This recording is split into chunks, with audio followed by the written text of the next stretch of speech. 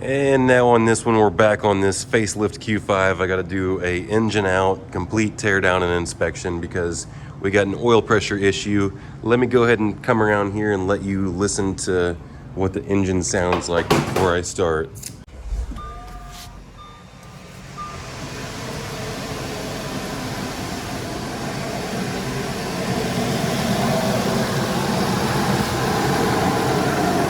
You hear the intake noise. That's coming from your secondary air injection system. No, this car doesn't have secondary air injection. This car just runs at higher RPM at start, so it can spray a little bit of rich fuel mixture and warm up your catalytic converter faster.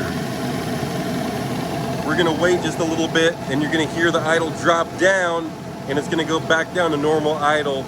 Then we'll hear what the engine sounds like at idle. It's gonna happen right about now.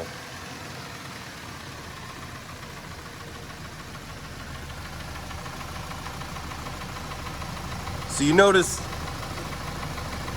it's slightly louder than it's supposed to be. It sounds, you know, we've done this before. Last time I looked at this thing, I really would have preferred to take it all the way apart.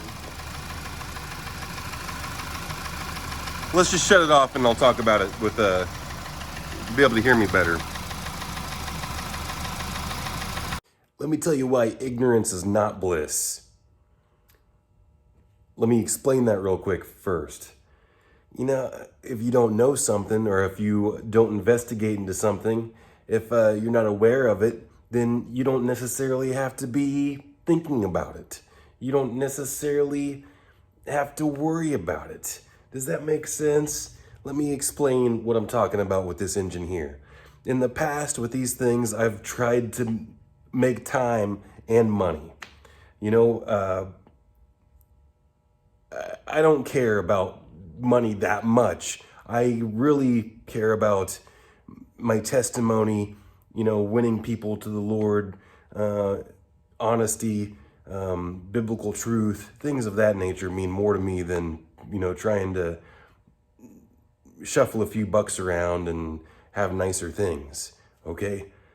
Yeah, I would like to live comfortably, but all that to say this, I can't nickel and dime these things anymore. I'm just gonna have to go ahead and eat it and lose more money. Hopefully YouTube can supplement the money eventually. So far, I've not, you know how much, it takes a long time to get enough subscribers and enough views to actually make anything of YouTube. So anyone that helps out by commenting, hitting the thumbs up, sharing, subscribing, all that stuff, I try not to get too involved in all that stuff anymore, but I really do appreciate everyone that helps out in those ways. And that gives me more motivation to put more information out there. But hopefully a lot of people will get some good stuff from this one, because here's the full story. That's another reason why I'm doing these YouTube videos, because I'm going to document everything from now on. But I've shuffled some parts and some engines around. What I typically have done, I've typically inspected it, visually inspected it. And typically whenever it's got new sealant on it, whenever it's been all the way apart, someone has already put pistons in it. This one, it was evident that someone had had it all the way apart.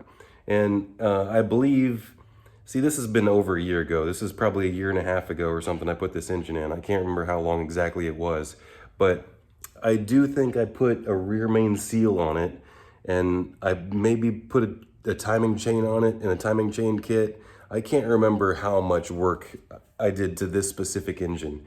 Because like I said, there's engines laying around all over the place. But from now on, because of this, because of these kind of scenarios, I have to go through every single engine all the way through it. Now, I could go a lot of different places. I don't necessarily think I'm going to be taking the balance shafts out of every single engine, but it might get to that point. But one thing I'm going to start doing is I'm going to start replacing the balance shaft timing chains in every single engine. And that's something that I have not been doing up until this point. And I'll show every single one and how stretched they are. I haven't necessarily seen that as an issue yet. I've only seen 2 of them cause an issue out of all these engines. But as you'll see in my somewhat silent film that I made, there's some issues going on. Let me address them real quick. I don't believe I ever had the cam cover off on this one. But there's a really big discrepancy in the flex fuel engine. In this flex fuel engine, we've got different intake rockers. The intake rockers on the aluminum intake manifold engine. I want you to take a look, see those needle bearings, see how this one's a little bit fatter, see how it's just a little bit more robust. Now, the profiles, the size, as far as I can tell, they look identical. Let me flip them around and see if I can notice any difference when I flip them around. What I'm trying to do is look at the profiles, see if they're the exact, it looks like everything's the exact same dimensions. But, you know, since all the flex fuel rockers are these needle bearing style, it's probably smart to keep that in there. I don't know if that made any difference or if it does make a difference. Someone can tell me in the comments, but it's just something to be aware of. Whenever you get a new cylinder head, the flex fuel type cylinder head, it's already loaded up, at least some of them are already loaded up with these new style intake rockers. So let's see what else we can find wrong with this engine.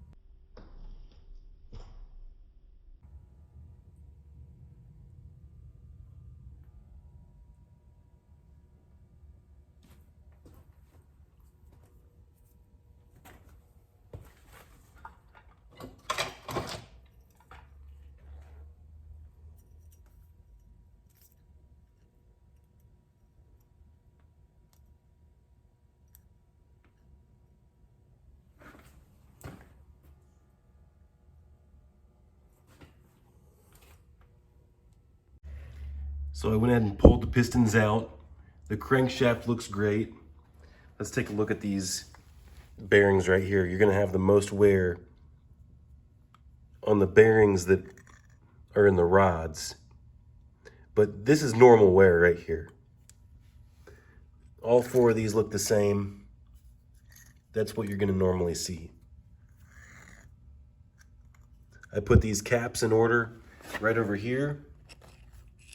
I'm gonna put this all right back together right now. But this is also what you wanna see. There's literally like no damage on any one of these. I'm gonna make sure that everything's clean and all installed back perfectly. But that's about what everything's gonna look like. Of course, you don't wanna take a chance on anything scratching those bearing surfaces. Make sure that everything stays clean. Of course, it's not a good idea to put stuff on the dirty ground. Not at all. But it'd be all right. I'm gonna make sure it all stays clean. Here's the deal, Fat. I gotta put pistons in this thing. I can't keep the aftermarket pistons on here because I was told that they have oil consumption, but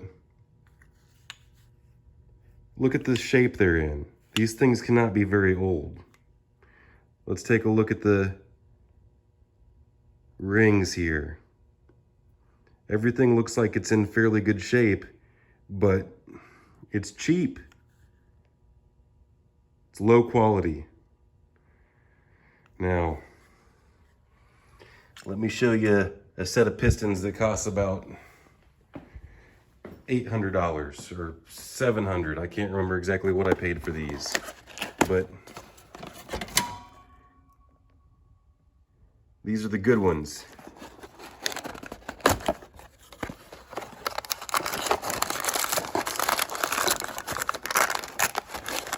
I gotta be careful pulling it out. Man.